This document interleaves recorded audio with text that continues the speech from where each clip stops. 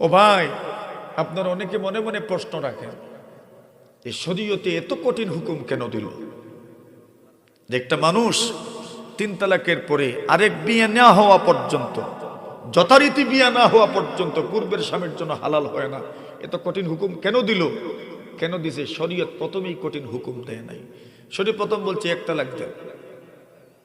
যদি তোমার রাখার ইচ্ছা না হয় তাহলে 3 মাস যাওয়ার পরে এমনিতেই বিয়ে শেষ। এরপরে কোনোদিন যদি আবার আনতে চান তাহলে শুধু আকদ করলেই হয়ে যাবে। বিয়ে শেষ হওয়ার পরে শুধু আকদ করলে হয়ে যাবে, আর বিয়ে লাগবে না আরেকটা। 2 তালাক দেওয়ার পরেও ফিরাই আনার সুযোগ আছে 3 মাসের ভিতরে। শুধু এক চোখ টিফা দিলেই ফিরানি হয়ে যায়। বুঝছেন নি? মানে স্ত্রীর সাথে সুন্দরভাবে কথা বললে, মায়া মহব্বতের কথা বললেই ফিরানি হয়ে যায়। যদি আপনি ফিরাইতে চান তো এইভাবে করবেন, আর হুজুরও লাগতো না।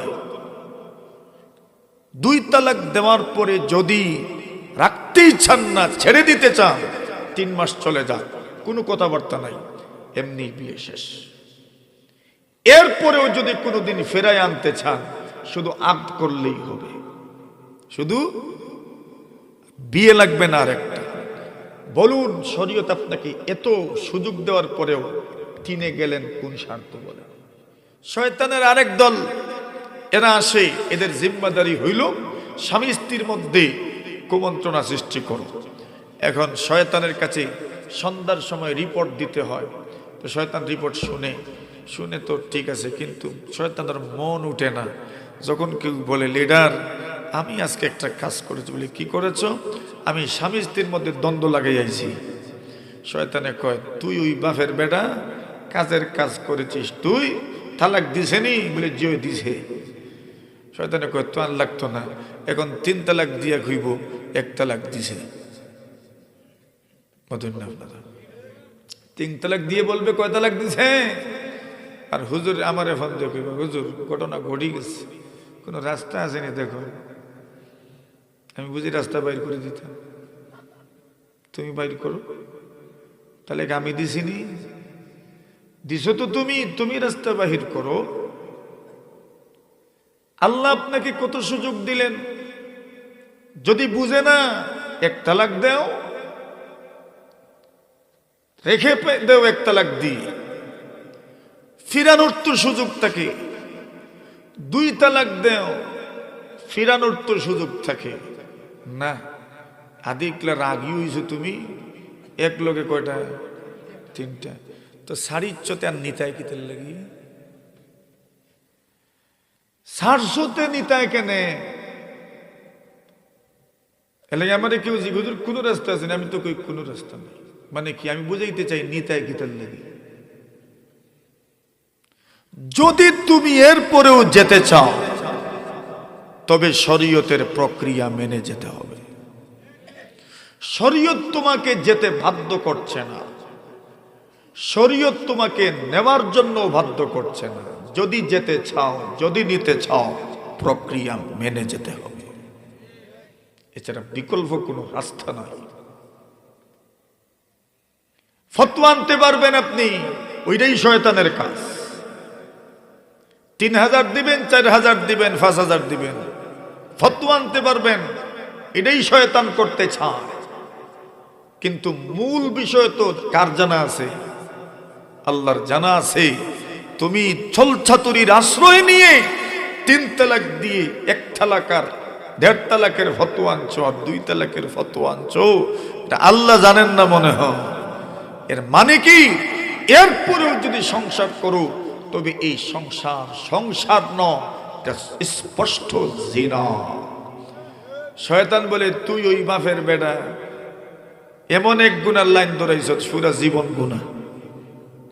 মাতুন না আপনারা? এইভাবে হচ্ছে না সমাজে? আমরা ফতোয়া মানুষের জিগায় আর কি, এমনি মনে করে কোনো বাইল ফাইলতে পারে, যে সময় দেখে আর হইতো না, অন্য পথ ধরে। মাতুন না? কিছু মানুষ আছে গবেষণা করে, কার কাছে জিগাইতো? আমার কথা শুনলে অনেকে কয় না, জিগে লাভ হইতো না,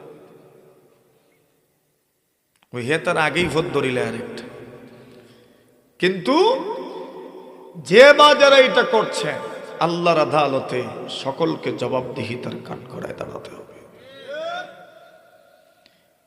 কোন মানুষ আপনি সংশ্লিষ্ট নয় এমন ফ্যামিলির সাথে বা সংশ্লিষ্ট থাকলেও আপনি এমন ব্যাপারে কোনোদিন কোনো সুপারিশে যায় না, তার গুনাহ সে জানে, ঠিক নেই?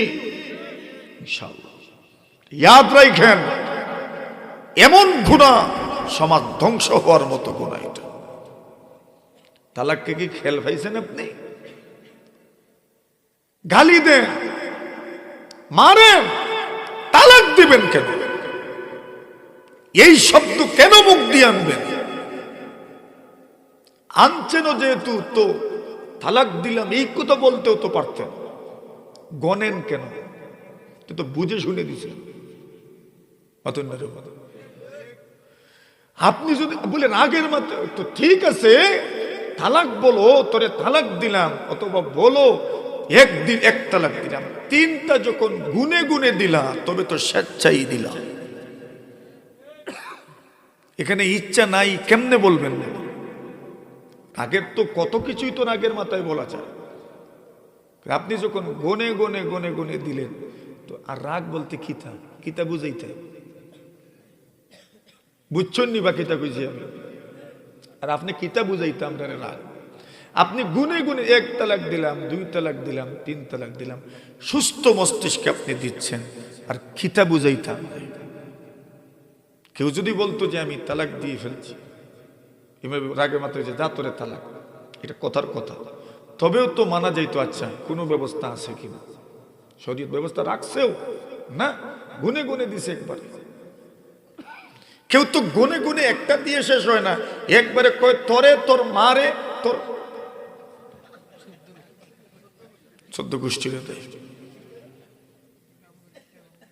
বলেন দেখি, দেন ফতোয়া দেন, এখন দেখি কি দিবেন। এই লোকটা এর ছেড়ে দেওয়ার জন্য এত কঠিন শব্দ বললো, আর আপনি বলছেন জোড়া লাগাইবেন, এত বেইনসাফি কেন? এ স্বার্থ করিই তো এতটা কইছে, আপনি জোড়া লাগাইতে কিতার লাগে, তার উপরে এই বেইনসাফি করুন কেন? যদি কোনো মহিলা শুনে 3 তালাক দিছে, স্বামী যদি অস্বীকারও করে, এই মহিলার জন্য কমপক্ষে এই পুরুষের সাথে সংসার করা হারাম। শরীয়তের মাসালা আছে, পুরুষ অস্বীকার, কিন্তু মহিলা শুনছে তার কান দিয়ে, এই মহিলার জন্য এই স্বামীর সাথে সংসার করা হারাম। এটাই ফতোয়া। কিন্তু শয়তানে কয় কি, কয় এক তালাক দিছে, কষ্ট আপনারা, ও তো গভীর রাইতে এটা ওয়াজ,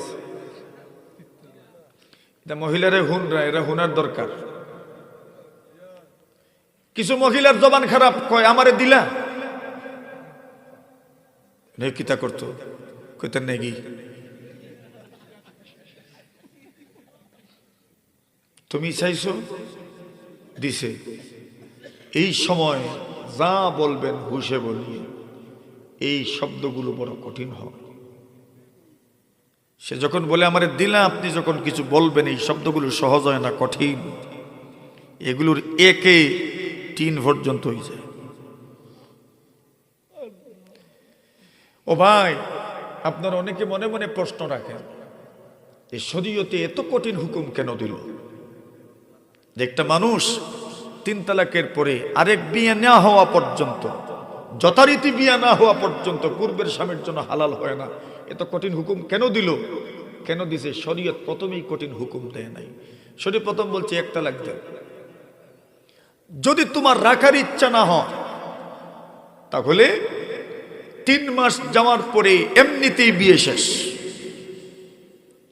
এরপরে কোনোদিন যদি আবার আনতে চান, তাহলে শুধু আকদ করলেই হয়ে যাবে।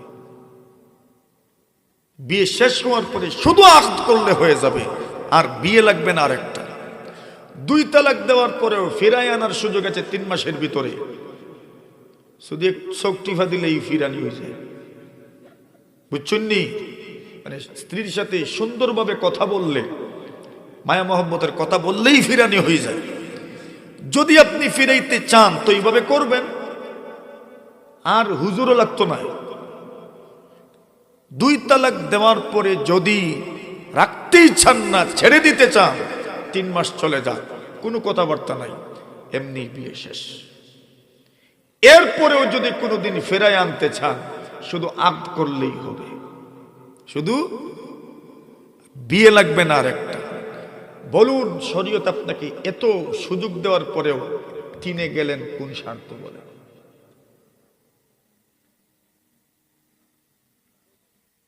আপনি শরীয়তের উপর কোনো প্রশ্ন তুলতে পারবেন? কতটা সুযোগ আপনাকে প্রথমে দিচ্ছে, কিন্তু আপনি না দৌড় দিছেন, এক দৌড়ে কই 3-ও গিয়ে দাঁড়িয়েছে।